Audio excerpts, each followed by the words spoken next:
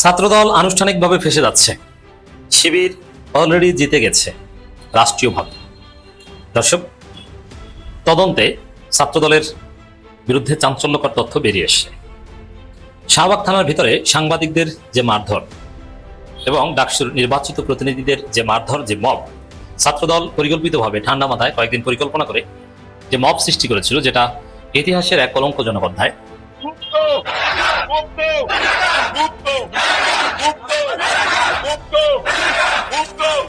প্রত্যেকটা পেট্রোল পাম্পে, প্রত্যেকটা ডিপোতে ডেইলি ভিত্তিতে রুটিন করে সেখানে তদারকি করা হয়েছে, সেখানে সমস্ত ডাটা সংরক্ষণ করা হয়েছে এবং সকাল বিকাল সেখানে মনিটরিং করা হয়েছে কোন রকম অনিয়ম হচ্ছে কিনা। তারপরেও কিছু কিছু অনিয়ম হয়েছে, কারণ যেখানে দ্রব্যমূল্য কম থাকে সেই দ্রব্যটা মজুত করার, পাচার করার এবং অপচয় করার একটা প্রবণতা এটা হিউম্যান বিইং এর মধ্যে থাকে। মির্জা ফখরুলের এত বড় কথা জামাত ইসলামীকে নির্মূল করতে চায়। দর্শক, মির্জা ফখরুল জামাত ইসলামীকে নির্মূল করতে চাওয়ার যে বক্তব্য দিয়েছেন, বিনা বিচারে মির্জা ফখরুলকে জামাতের কাছে ক্ষমা চাইতে হবে এবং তার এই বক্তব্য উইথড্র করতে হবে। এটা ক্ষমার অযোগ্য মহা অপরাধ। আমলিগ সরকারের তারা কোনো লাভই হয় নাই, আরো দেশের ক্ষতি হয়েছে। আমলিগ সরকার থাকলে যদিও ঘুষ নিত, দুর্নীতি করতো, একটা সিস্টেমে ছিল, যে সিস্টেমে দেশটা চলতেছে, একটা রাস্তা ছিল। এখন তো কোনো রাস্তাই নাই ভাই, এখন আপনি কার কাছে যাবেন? আমলিগ সরকার যদি দুর্নীতি করেও থাকে, তারপরেও এক মানুষের চলাফেরা সুন্দরভাবে ছিল, একটা গঠন ছিল। আমরাও ভালো ছিলাম, কিন্তু পুলিশে ঝামেলা করতো, অশান্তি ছিল, তারপর ইনকাম করছি। আমলিগের সময় পুলিশের অত্যাচার ছিল বেশি, কিন্তু তারপরও চলতে পারছি। এখনকার থেকে অনেক ভালো ছিলাম। তারা সংসদে দাঁড়াইলেই বলেন একটা সুষ্ঠু নির্বাচনের মধ্য দিয়ে গঠিত সরকার।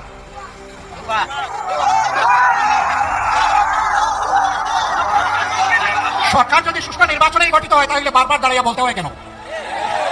মেকিয়াভেলির একটা কথা আছে, তুমি যদি কোনো মিথ্যাকে এস্টাবলিশ করতে পারো, তাহলে একবার বললে হবে না, শতবার বলতে হবে। এটা তো অধ্যাদেশ নয়, এটা তো বয়েড অ্যাবনিসিভ একটা অর্ডার, যেটা রাষ্ট্রপতি করতেই পারেন। সেখানে কনস্টিটিউশন চেঞ্জ করার জন্য একটা আদেশ জারি হলো, তারপরে সেটার অনুবলে গণভোটের মধ্যে প্রশ্ন উত্থাপিত হলো। এগুলো সবকিছু হচ্ছে এখতিয়ার বহির্ভূত। যারাই করেছে, ইন্টারিম গভর্নমেন্ট করেছে, কনস্টিটিউশন ভায়োলেশন করেছে, অথচ সেই কনস্টিটিউশন অধীনেই তো তারা শপথ গ্রহণ করেছে। আওয়ামী লীগের সময় যথেষ্ট ভালো ছিলাম। আমি 1800-2000 টাকা তামাই রুজি করছি, আর এখন 500-700 টাকা রুজি করা যায় না। গাড়ি যেখানে স্ট্যান্ড করবো সেখানেই বিএনপি কর্মীরা আইসা এখানে গাড়ি রাখছেন কেন, জরিমানা 200 টাকা। জামাতের সর্বসময় ভালো লাগে, তারা 5 ওয়াক্ত রোজা নামাজ করে এবং তারা কখনো কারোর একটা টাকা মারিয়া খায় না। রিক্সায় উঠলো, রিক্সা টাকা সুন্দর মতো দেয়। তাদের চলা ফিরা ব্যবহার, এই যে শিবিরের যে ছেলেপেলে আছে, মিথ্যা কথা কোনো মামা, ওরা খুবই ভালো। এটা আমি ভার্সিটিতে বা আমি দেখি সব জায়গায়, এরা খুবই ভালো। এদের কথা নরম, চলাফেরা, নামাজ রোজা সম্পূর্ণ দিক দিয়ে এরা ভালো। জনাব তারেক রহমানের প্রতি সম্মান রেখে বলতে চাই, আমাদেরকে যদি আবার সেই জুলাইয়ে ফিরে যেতে হয়, আমরা কিন্তু প্রস্তুত।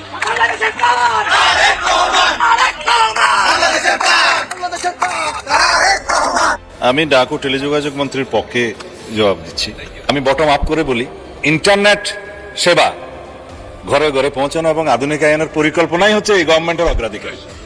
সেই হিসেবে এটা অবশ্যই এখানে অন্তর্ভুক্ত থাকবে। দ্বিতীয় হচ্ছে টেলিফোন এক্সচেঞ্জ আধুনিকায়ন করা। টেলিফোন এক্সচেঞ্জ আধুনিকায়ন করার জন্য একটা প্রকল্প আছে। সেই প্রকল্পের মধ্যে যদি এটা নাও থাকে, মাননীয় সদস্যের প্রস্তাবের প্রেক্ষিতে এটা অন্তর্ভুক্ত করার জন্য আমরা উদ্যোগ নেব। ছাত্রদল যে কাজ করছে, ছাত্রদলের যারা মুরব্বী আছে, আমাদের যারা সুশীল আছে, তারা তাদেরকে বাহবা দিচ্ছে, ওইটাকে জাস্টিফাই করার চেষ্টা করছে। এবং মিডিয়াতে যখন এই আলোচনা হচ্ছে, বিশেষ করে আমাদের কাজী জেসিনাপা জিটিভিতে যিনি বসে আছেন, তিনি এত চমৎকার করে উপস্থাপন করেন, তার উপস্থাপনার ভিতরে ওই বিষয়টা টোটালি চেপে যাওয়া হয়। কারণ ছাত্রলীগ, আওয়ামী লীগ কোনোদিন থানার মধ্যে মব করে নাই।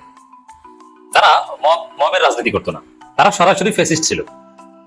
জামাত বিএনপির কাউকে ধরার দরকার হলে প্রথমে তারা নিরিবিলি ধরতো, তারপরে আচ্ছা মতো সারা রাত পেটাতো, তারপরে পুলিশকে খবর দিত। আওয়ামী লীগ ছাত্রলীগের সময়, আওয়ামী লীগ ছাত্রলীগের শত নির্যাতনের মধ্যে পুলিশ ছিল মার না খাওয়ার একটা ভরসাস্থল, যে পুলিশ এবার ধরে নিয়েছে, এবার আমাকে মারবে না। ঢাকা বিশ্ববিদ্যালয়ের কথা বলছি, আমি অন্য জায়গার কথা বলছি না। এবং ঢাকা বিশ্ববিদ্যালয়ে যদি শিবির কিংবা ছাত্রদল ধরতে পারতো ছাত্রলীগ, তাহলে রাতে ধরতে পারলো, সারা রাত মারতো, অনেকের হাত পা ভেঙে দিত, পঙ্গু করে দিত। তারপরে সকালের দিকে প্রক্টোরিয়াল বডিকে ডাকতো, হাউস টিউটরদের ডাকতো, প্রভোস্টদের ডাকতো, তারা শাহবাগ থানার পুলিশ খবর দিয়ে পুলিশে দিয়ে দিত। আর যারা মার খেত, আমি দেখেছি অনেক ছাত্রদল, শিবির এবং অনেককে আমরা রক্ষা করেছি, বিশেষ করে ছাত্রদল অনেককে রক্ষা করেছি। I remember that. তারা যখন ধরা খেতেন এবং মার খেতেন তখন আশা করতেন কত দ্রুত পুলিশ আসবে। দ্রুত পুলিশ আসলে তারা মার থেকে বাঁচতে পারবেন, কারণ দ্রুত পুলিশ আসলে পুলিশ তাদেরকে নিয়ে যাবে, শাহবাগ থানায় রেখে তারপরে সন্ত্রাস বিরোধী আইনে কিংবা বিস্ফোরক দ্রব্য আইনে একটা মামলা দিয়ে জেলে পাঠিয়ে দিবে, তারপর একটা পর্যায়ে জামিন হয়ে যাবে। কিন্তু যতক্ষণ ছাত্রলীগের হাতে থাকবে ততক্ষণ পর্যন্ত ভয়ানক মার খেতে হবে। আওয়ামী লীগের সময়ও পুলিশ, শাহবাগ থানা এগুলো ছিল মার খাওয়ার টার্মিনেশন। আর এখন শাহবাগ থানার ভিতরে বসে সাংবাদিকদের কানের পর্দা ফাটিয়ে দেওয়া হয় আর নির্বাচিত প্রতিনিধিদের দাঁত ভেঙে দেওয়া হয়। আপনি বুঝতে পারছেন কোন মবক্রেসির মধ্যে আছেন এবং কোন অসভ্য রাষ্ট্রে আপনি বসবাস করছেন, যে রাষ্ট্রের আইন শৃঙ্খলা বলতে কিছু নাই। থানার ভিতরে বসে আপনাকে মারলো, সমস্ত কিছুর সিসিটিভি ফুটেজ আছে, কিন্তু পুলিশ বলছে যে না, সিসিটিভি ফুটেজ দেওয়া যাবে না। আবার সব তথ্য প্রমাণ নিয়ে গেলেন, থানার ভিতরে বসে আপনাকে মারলো। আপনি মামলা নিতে গেলেন হসপিটাল থেকে এসে, বলে যে মামলা নেওয়া যাবে না, উপরে নিষেধ আছে। এটা কি মগের মুল্লুক না মবের মুল্লুক? এটা কি কোনো সভ্য রাষ্ট্র বলা যায়? নেভার। কোন জুলুমতন্ত্র চলছে বাংলাদেশে? পুলিশ মামলা নেবে, ঠিক আছে, পুলিশ মামলা নিয়ে তদন্ত করুক, না তাও করবে না। এবং অসহায় আত্মসমর্পণ পুলিশের, কোনো ব্যাখ্যা দিতে পারছে না। পুলিশের হাত পা কাঁপছে, তাদের মধ্যে একটা অজানা আতঙ্ক বিরাজ করছে। এরকম অজানা আতঙ্ক নিয়ে মিস্টার তারেক রহমান আপনি দেশ চালাতে পারবেন, আপনি ধরা খাবেন, আপনার পতন হবে। তো দর্শক, তদন্তে উঠে এলো হামলাকারী 22 ছাত্রদল নেতাকর্মীর নাম। এর মাধ্যমে ছাত্রদল আনুষ্ঠানিকভাবে ফেসে গেল। আর শিবির নেতাকে তো শাহবাগ থানা এবং থানা পুলিশ আটকিয়েছিল, পরে রাষ্ট্রীয় ফ্যাক্ট চেকিং প্রতিষ্ঠান চেক করে দেখেছে না শিবির নেতা এ ধরনের কোনো নোংরা বক্তব্য দেননি ফেসবুকে। তার নামে ছাত্রদল কিংবা ছাত্রলীগের লোকজন ভুয়া ফটোকার্ড তৈরি করে তাকে হয়রানির শিকার করেছে। শিবির রাষ্ট্রীয়ভাবে পুলিশই, এবং পুলিশ কিন্তু শেষ পর্যন্ত ছেড়ে দিয়েছে।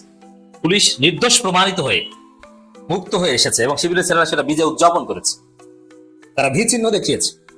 এবং পরবর্তীতে যত তদন্ত, কোথাও শিবিরের ছেলেদের এক বিন্দু পরিমাণ সম্পৃক্ততা, দোষ প্রমাণিত হয়নি।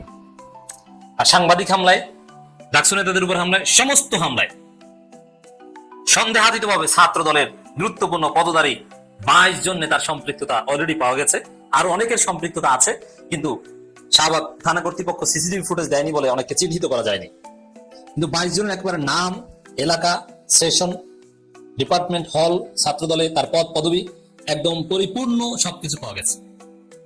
এখন শিবিরের সাথে সাংবাদিকদের সাথে লাগতে এসেছে, সাংবাদিকদের গুপ্ত ট্যাগ দিয়ে পিটান। এবার মজা বুঝো বাবারা, তোমরা কারা কারা হামলা করেছো? বিশ্ববিদ্যালয়ের সমস্ত গ্রুপগুলোতে তাদের নাম পৌঁছে যাবে, ছবি সহ। সোশ্যাল মিডিয়ায় তাদের ছবি সহ নাম পৌঁছে যাবে, এক একজনের জন্য এক একটা অথবা অনেক ফটোকার্ড বানানো হবে।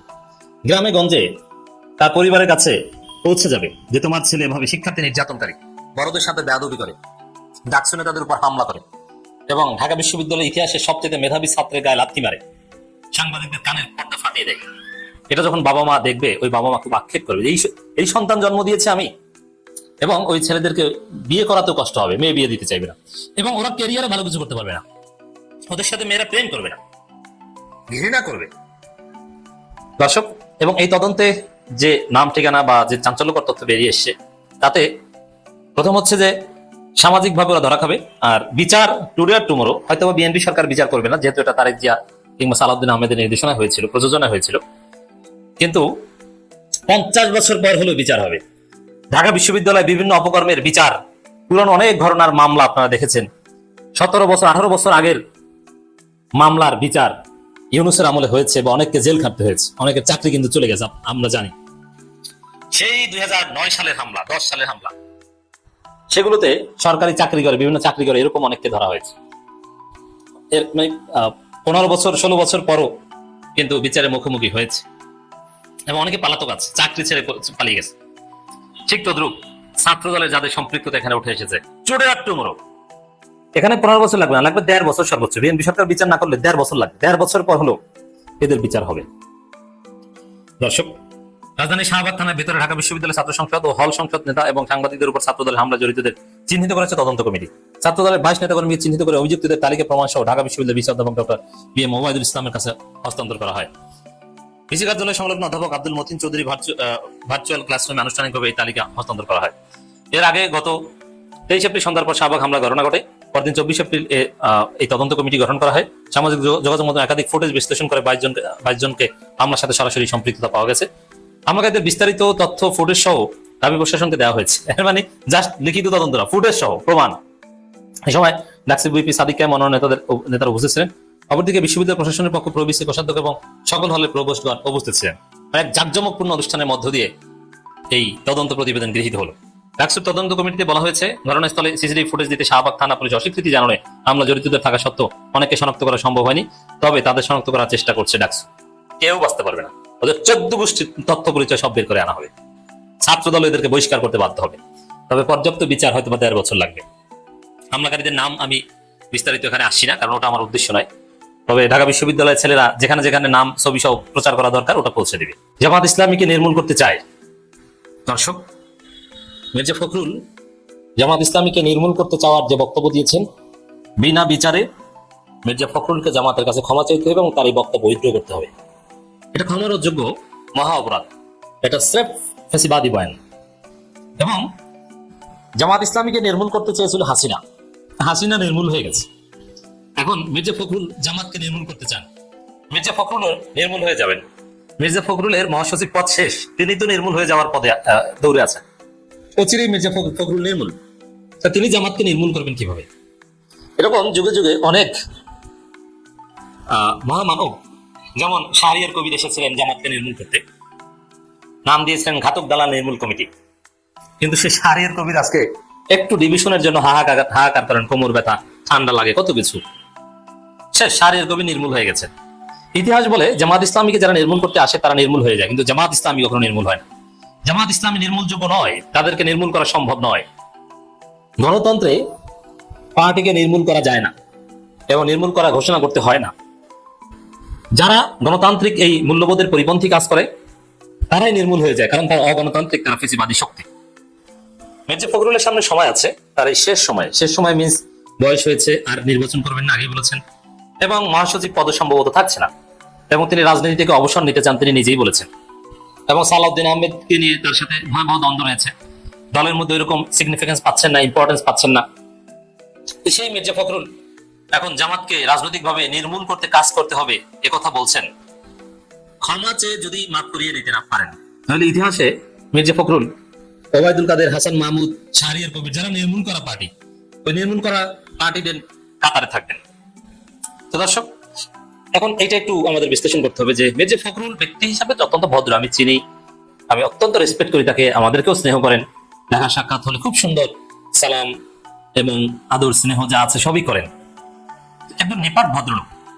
তিনি কেন এই নির্মূল করার মতো জঙ্গিবাদী কথা বলছেন? নির্মূল করতে চায় জঙ্গিবাদীরা, মির্জা ফখরুল তো জঙ্গিবাদী নয়।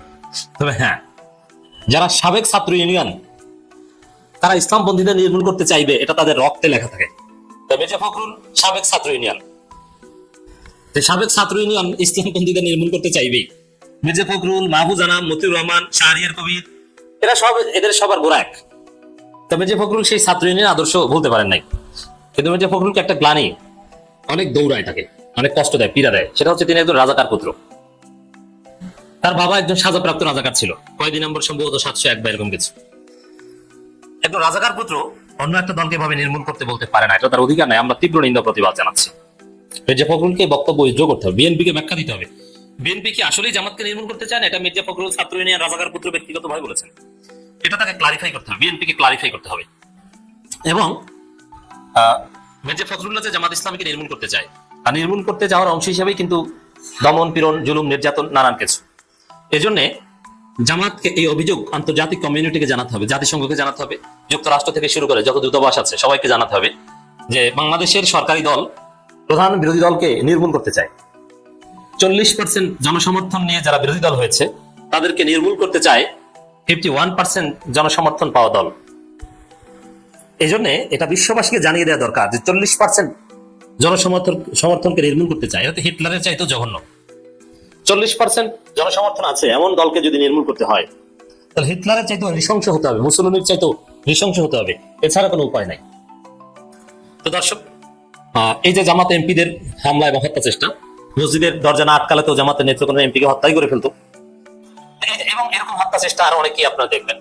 তো জামাত এমপিদের উপর হামলা, MP, legislature, member of parliament, তাদেরকে হত্যা করতে চায় এবং থানার ভিতরে ঢুকে শিবির নেতাদের উপর মব করে, ডাকসুর নির্বাচিত প্রতিনিধিদের উপর মব করে হত্যা চেষ্টা করে, সাংবাদিকদের হত্যার ন্যারেটিভ নির্মাণ করে, সাংবাদিকদের গুপ্ত ট্যাগ দিয়ে তাদেরকে পিটায়। তো এগুলো সব জামাত নির্মূলের অংশ কিনা এটাও খতিয়ে দেখতে হবে। তা আমার মনে হয় এগুলো কেন বলছেন, ওই যে জামাতকে নির্মূল করতে যে 4 দিনের মাথায় হাসিনা নির্মূল হয়ে গেছে, এখন এই বিএনপি সরকারের পতন ঘটাতে চায় যারা বিএনপি কে ক্ষমতা এনেছে তারা। ওটা আমরা আগেই বলেছিলাম। আমাদের ব্যাখ্যাটা ছিল এরকম যে ভারত বিএনপি কে ক্ষমতা আনবে, এনে একটা পর্যায়ে বিএনপির হাত ছেড়ে দিবে, বিএনপির পতন ঘটাবে, তারপরে তারা আওয়ামী লীগকে রিপেট্রিয়েট করার চেষ্টা করবে। বিএনপি কে যারা নির্বাচনে কারচুপি করে ক্ষমতা এনেছে তারাই বিএনপির পতন ঘটাবে, কারণ ভারত এবং আমেরিকা যাদের বন্ধু তাদের আর শত্রু লাগে না। আর হ্যাঁ, ষড়যন্ত্র করে বিএনপির সাথে পারতো না যদি বিএনপি নৈতিক ভিত্তি দুর্বল থাকতো। বিএনপি তো ধরা, সে আমেরিকার দালালাই তো বিএনপির পররাষ্ট্রমন্ত্রী। অতএব মার্কিন ডিপ স্টেট সহ র এর সাথে বাংলাদেশের যারা অ্যাফিলিয়েটেড আছে তারা বিএনপির পতন ঘটাতে চায়। এই জন্য জঙ্গিবাদকে উস্কে দিচ্ছে এবং জঙ্গিরা নাকি দেশের গুরুত্বপূর্ণ স্থাপনে হামলা করতে চাচ্ছে, এবং যারা ভারতের দালাল আছে, মার্কিন দালাল আছে, তাদের মাধ্যমে এমন উল্টোপাল্টা কথা বলাচ্ছেন যেগুলো বললে সাধারণত পতন হয়। এবং তারেক রহমান গুপ্ত বলে দেশে অস্থিরতা সৃষ্টি করেছেন, যেটা তারেক রহমানের পতনের একটা প্রেক্ষাপট তৈরি করেছে। এবং মির্জা ফখরুল এখন জামাতকে নির্মূল করার কথা বলছেন। ইতিহাস তো বলে যে এরকম নির্মূল করার চেষ্টা যারা করে তারাই নির্মূল হয়ে যায়, তাদেরই পতন ঘটে। এখন এটা মির্জা ফখরুলরা ওই ছাত্র ইউনিয়নের আদর্শে উজ্জীবিত হয়ে, তার রাজাকার বাবার আদর্শে উজ্জীবিত হয়ে বলছেন, না ওই ভারত আমেরিকার ডিপ স্টেট বা তারা এগুলো বলাচ্ছে বিএনপির মাধ্যমে যাতে বিএনপি কয়েকদিন পর বাস খায়। হু নোস। তো দর্শক, বিএনপি ইঞ্জিনিয়ারিং করে ক্ষমতা এসেছে। জামাত ইসলামের আমির শফিকুর রহমান এই বক্তব্যের তীব্র নিন্দা জানিয়ে তা প্রত্যাখ্যান করেছেন। বিএনপি মহাসচিব মির্জা ফখরুল ইসলাম মামুন, আরে চাচা আপনাকে অনেক রেসপেক্ট করি, গালিটা দিলাম না, জুনিয়র হলে একটা গালি দিতে মতন। আপনার এমপিরা প্রত্যেকদিন বলছে যে কারচুপি হয়েছে। আপনি যাকে ঢাকা উত্তর সিটি কর্পোরেশন প্রশাসক বানিয়েছেন তিনি প্রতিনিয়ত বলছে যে নির্বাচনে কারচুপি করে তাকে হারানো হয়েছে। জুনাইদার রাশেদ খান নিয়মিত বলছেন যে নির্বাচনে কারচুপি করে তাকে হারানো হয়েছে। বিএনপির যত এমপি পরাজিত হয়েছে প্রত্যেকে বলছে যে কারচুপি করে তাদেরকে পরাজিত করা হয়েছে। এমনকি বিজয়ী এমপিরা অনেকে বলছে যে কারচুপি হয়েছে, কারণ তারা আরো বেশি ভোট পাওয়ার কথা। যেমন মির্জা আব্বাসও মনে করেন যে কারচুপি করা হয়েছে, যার ফলে নাসিরউদ্দিন পাটোয়ারি এত ভোট পেয়েছেন। আপনার দলের লোকজন বলে আপনি তার কোনো জবাব দিতে পারেন নাই, ওইটাই তো প্রমাণ। আর কারচুপি হয়েছে এটা ফ্যাক্ট, এটা আপনি কান্নাকাটি করলে কোনো কাজ হবে না। আর এজন্য তিনি জামাতকে নির্মূল করতে চান না। আমার প্রেডিকশন, মির্জা ফখরুল তার জীবদ্দশায় তার এবং তার দলের নির্মূল দেখে যেতে পারেন হয়তো। সারা দেশে ছাত্র শিবিরের উপরে যে ছাত্র দলের নারকীয় হামলা, এই হামলার পিছনে আরো একটা ভয়ঙ্কর কারণ বেরিয়ে এসেছে, একটা রহস্য উদ্ঘাটন হয়েছে। অনেকগুলো ক্লু ছিল, আজ আরো একটি ক্লু উদ্ঘাটিত হয়েছে। ছাত্র শিবিরকে ফাঁসাতে গিয়ে স্বয়ং ছাত্র দলের নেতাকর্মীরাই প্রধানমন্ত্রী জনাব তারেক রহমান এবং তার মেয়েকে অসম্মান করতে বিন্দু মাত্র দ্বিধা করেনি। যে ভুয়া ফটোকার্ডটি ছড়িয়ে দেওয়া হয়েছিল ঢাবি শিবির নেতা আব্দুল্লাহ আল মাহমুদের নামে, তারা কারা জানেন? এই 2025-26 সেশনে যারা ভর্তি হয়েছে তারা। এর ভিতরে পাবনায় একজনের বাড়ি, টাঙ্গাইলে একজনের বাড়ি, 3 জনকে মোট শনাক্ত করা হয়েছে একেবারে ফার্স্ট ইয়ারে পরে। কত ভয়ঙ্কর ব্যাপার চিন্তা করতে পেরেছেন?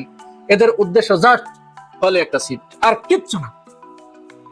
আমাদের মনে পড়ে যাচ্ছে আসিফ নজরুল, যিনি উপদেষ্টা ছিলেন, আইন উপদেষ্টা, তার যে উপন্যাসটা লিখেছিলেন আমি আবু বকর বলছি, এই উপন্যাসে তিনি এই বিষয়গুলোই তুলে এনেছেন। এটা প্রথম বর্ষে ভর্তি হওয়া একটা ছাত্র কিভাবে তাকে ব্ল্যাকমেইল করে হলে সিট দেওয়ার প্রলোভন দেখিয়ে তাকে তার প্রতিপক্ষের উপরে ঝাঁপিয়ে পড়তে উদ্বুদ্ধ করা হচ্ছে। এই ছেলেগুলো তাই করেছে, এবং এই ছেলেগুলোর ছবি, আইডি সব প্রকাশ হয়ে গেছে। এরা তো জীবনের যে কোনো একটা পর্যায়ে তো ঝুঁকির মধ্যে পড়ে গেল। ছাত্রদল এই কাজটা কেন করতে গেল? যে কথা বলছিলাম, অন্যকে ফাঁসাতে গিয়ে নিজের দলের সর্বোচ্চ লেভেলের প্রধানমন্ত্রীর কন্যাকে পর্যন্ত তারা এই কাজ করতে, তারা অসম্মান করতে দ্বিধা করে নাই।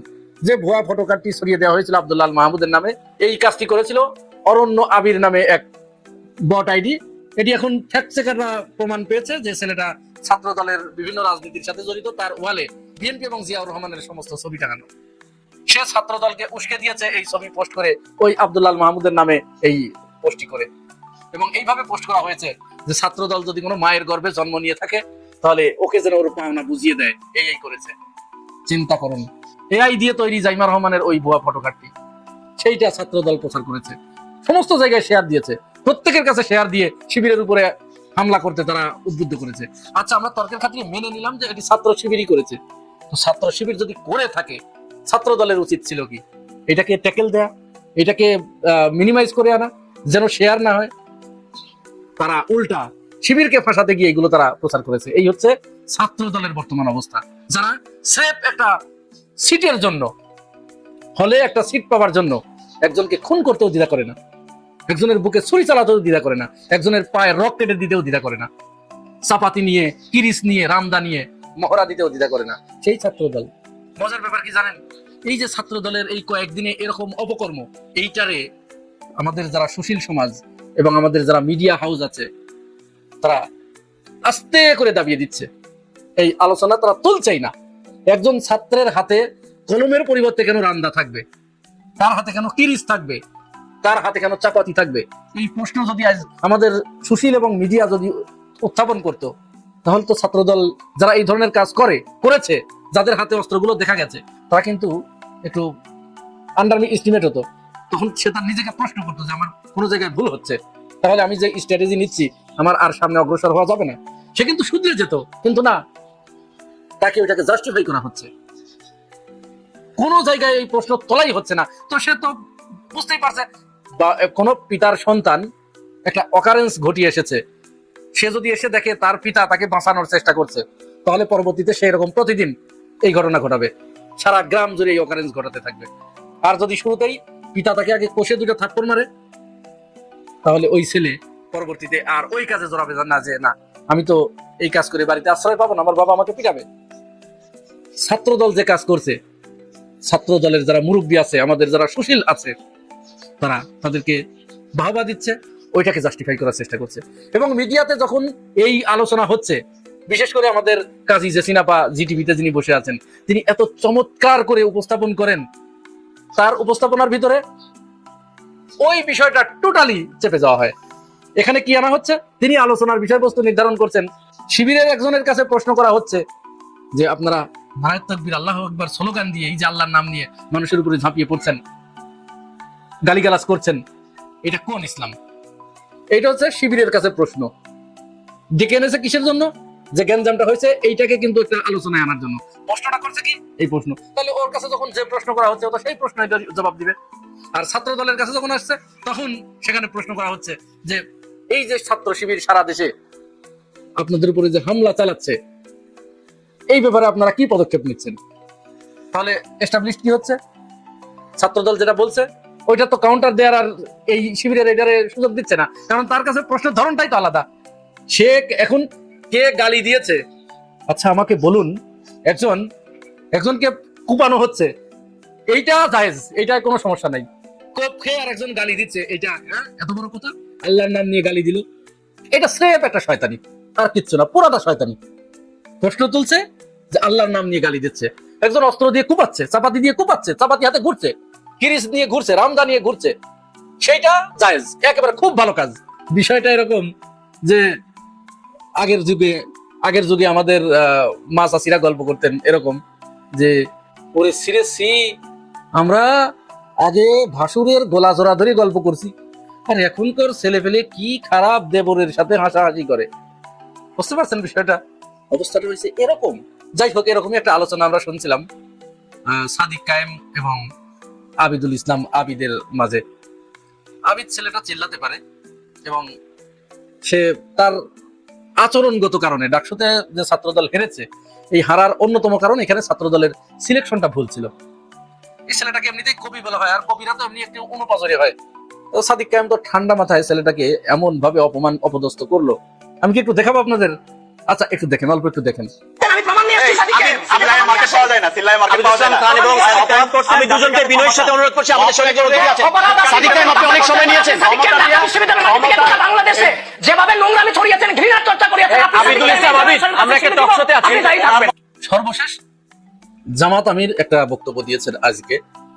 জামাত আমিরের এই বক্তব্যে জামাত আমির যে এই ধরনের কথা বলতে পারেন, এইভাবে যে মানুষকে একেবারে মাটির সাথে মিশিয়ে দিতে পারেন, এটা অনেকেরই ধারণা ছিল না। তিনি ভদ্র ভাষায়, নিজেরা যারা গুপ্ত সুপ্ত হয়ে থেকেছেন, সেই লোক যদি আমাকে গুপ্ত বলে, আপনাকে গুপ্ত বলে, আপনার কেমন লাগবে বলেন? বছরের পর বছর দেশবাসী কিছু মানুষের ছায়াও দেখে না। সেই মানুষ যদি আমাকে বলে আমি গুপ্ত না সূত্র, আপনি বলতেই পারেন আমি গুপ্ত ছিলাম কারাগারে, দফায় দফায়। আপনি যদি ওইটাকে গুপ্ত বলেন, তাইলে আমি অবশ্যই গুপ্ত। আমি এদেশের মানুষকে বিপদের মুখে ফেলে দিয়ে আমি পালিয়ে যাইনি, আমি ইচ্ছা করলে পালিয়ে যেতে পারতাম। যদিও বিএনপির লোকজন জামাত আমিরকে ব্ল্যাকমেইল করার চেষ্টা করছে, যে আমরা যেমন মেজর হাফিজ একটা কথা বলেছেন জামাত আমিরকে যে এরকম লোক আমরা কখনো দেখি নাই, তিনি এত নম্র, এত ভদ্র। আবার এই যে বিদ্যুৎ মন্ত্রী টুকু, তিনি বলেছেন যে আমার জীবনে আমি যতবার সংসদে এসেছি একজন বিরোধী দলীয় নেতা এরকম মার্জিত, ভদ্র, নম্র এরকম আমার চোখে পড়ে নেই। এটা বলে জামাত আমিরকে ব্ল্যাকমেইল করার চেষ্টা করছে। আর অপরদিকে মির্জা ফখরুলরা বাইরে এসে বলছেন যে জামাতকে এলিমিনেট করতে হবে, নির্মূল করতে হবে। এটি ভয়ঙ্কর, খুবই ভয়ঙ্কর কথা। এটা বিরাট একটা রাজনৈতিক বার্তা দেয় যে সামনে বিএনপি কি করতে যাচ্ছে। আমি বারবার আপনাদেরকে বলেছি, আমি 5 আগস্টের পরে বেশ কয়েকটা ভিডিওতে বলেছি, আওয়ামী লীগ তো জামাত শিবিরকে কি নির্যাতন করেছে, তার চেয়ে বেশি নির্যাতনের শিকার হবে এই বিএনপির আমলে। যদিও বিএনপির কপাল ভালো যে তারা জামাত ইসলামের মতো একটা বিরোধী দল পেয়েছে। এমত অবস্থায় যদি আওয়ামী লীগ বিরোধী দল হতো তাহলে বিএনপি বুঝতো কত ধানে কত চাল। কিন্তু এদের কাছে তো ওইটাই ভালো। কারণ আছে, অনেকগুলো কারণ আছে। কিন্তু এখন যেটা হয়েছে, তখন তো রিজিকই বন্ধ করে দিয়েছে। তো মানুষের সবচাইতে বড় খারাপ জিনিস তো রিজিক বন্ধ করে দেয়া। জামাত শিবির এখন বর্তমান ক্ষমতাসীনদের রিজিক বন্ধ করে দিয়েছে। তারা যেভাবে চাঁদাবাজি করে খেত, যেভাবে ফল বাণিজ্য করে খেত, সিট বাণিজ্য করে খেত, এই শাহবাগ মোড়ে যে ফুলের দোকান গুলো আছে, তারপরে আশেপাশে যে দোকান গুলো আছে, এইগুলোতে চাঁদাবাজি করে খেত, ক্যান্টিনে ফাও খেত, এইগুলো খুব চমৎকার ভাবে বন্ধ করে দিয়েছে ডাক্তার এসে, এই সাদিক কায়েমরা। আর ওদিকে জামাত ইসলাম তাদের যে কয়জন এমপি আছে তারা চাঁদা নিচ্ছেও না, কোনো জায়গায় চাঁদাবাজি করতেও দিচ্ছে না। তাদের যে কনস্টিটিউয়েন্সি এরিয়া সেখানে তো তারা অনেকটা চাঁদাবাজি নির্মূল করছে, ঘুষ বন্ধ করতে চাচ্ছে। তো এতে তো অন্যদের রিজিক বন্ধ হয়ে যাচ্ছে। তো ওইটা তো তাদের রিজিক। তো এইটা বন্ধ করলে মানুষ রিজিকের উপরে, যখন পেটের উপরে লাথি মারা হয় তখন তো সে চুপ থাকে না, চুপ থাকে না। তো বিএনপি চাচ্ছে এদেরকে এলিমিনেট করতে, একেবারে নির্মূল করে দিতে, যেন ভবিষ্যতে কেউ তাদের এই রিজিকের উপরে আর হামলা না করে। আওয়ামী লীগ এবং বিএনপির রিজিকের উপরে হামলা করার মতো একমাত্র দল হচ্ছে এই জামাত শিবির। এরা ঘুষ বন্ধ করতে চায়। দেশের প্রত্যন্ত অঞ্চলগুলোতে, বাংলাদেশের মফস্বল শহরগুলোতে কত ঘন্টা লোডশেডিং হয়। এখন আপনারাই বলেন, এই বাংলাদেশের পরাধীন মন্ত্রীকে কি বলা উচিত? আমি আপনাদের উপর ছেড়ে দিলাম।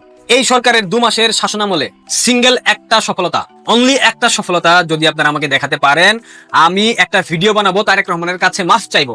একটা সফলতা, শুধুমাত্র মার্চ মাসে 26,000 কোটি টাকা ছাপিয়েছে। নতুন টাকা ছাপানোর তো কিছু শর্ত প্রয়োজন।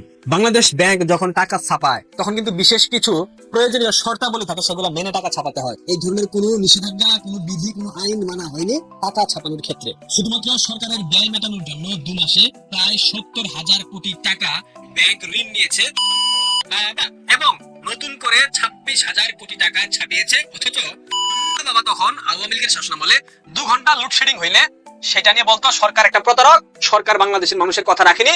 তাহলে এখন জনাব তারেক রহমান তিনি কি? তিনি প্রতারক না?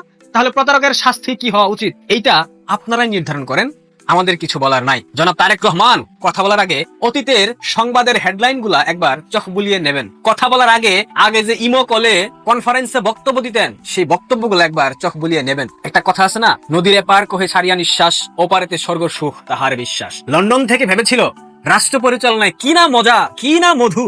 আগে রাষ্ট্র পরিচালনা করতে যাই, এরপর দেখবো কিভাবে বাংলাদেশকে আসছে না বাংলাদেশকে পরিচালনা করবার জন্য আইসা বাংলাদেশের মানুষের ভাগ্য নিয়ে যে সিনেমিনি খেলতেছে, যেভাবে নাটক করতেছে, যেভাবে বাংলাদেশের মানুষকে অন্ধকারে নিমজ্জিত করতেছে, ক্ষমতায় বসে 2 মাসের মাথায় দেউলিয়া বানিয়ে দিয়েছে। এখন তাদের অর্থমন্ত্রী অর্থাৎ বিএনপির অর্থমন্ত্রী আমির খসরু বলতেছে ব্যাংকগুলো খালি হয়ে গেছে। ব্যাংকগুলো কেন খালি হলো? কে টাকা সরিয়েছে? আর এখন আপনারা ক্ষমতায় আসছেন, এখন আপনারা সরাচ্ছেন না সরিয়েছেন? বাংলাদেশের মানুষের কপালে কি যে দুঃখ অপেক্ষা করতেছে বিশ্বাস করেন। আমি না স্বপ্নে দেখি মাঝে মধ্যে রাতের বেলা যে এদের কপালে কি ধরনের দুর্গতি অপেক্ষমান, এরা খাদ্যের অভাবে মারা পড়বে। বিশ্বাস করেন, লিখে রাখেন, বাংলাদেশে সেই দিন অতি দ্রুত আসবে, খাদ্য সংকট দেখা দেবে। খাদ্য সংকটে বাংলাদেশের মানুষ হাহাকার করবে, দুর্ভিক্ষ নেমে আসবে। কারণ যেই হারে জনসংখ্যা বাংলাদেশে, খাদ্য সংকট দেখা দেবে এটা নিশ্চিতভাবে বলা যায়। যেভাবে জ্বালানি সংকটের কারণে ফসল উৎপাদন হচ্ছে না, উত্তরবঙ্গের একাধিক কৃষি জমি ফেটে চৌচির, কৃষকের ফসল পুড়ে যাচ্ছে, জ্বলে যাচ্ছে, মরে যাচ্ছে।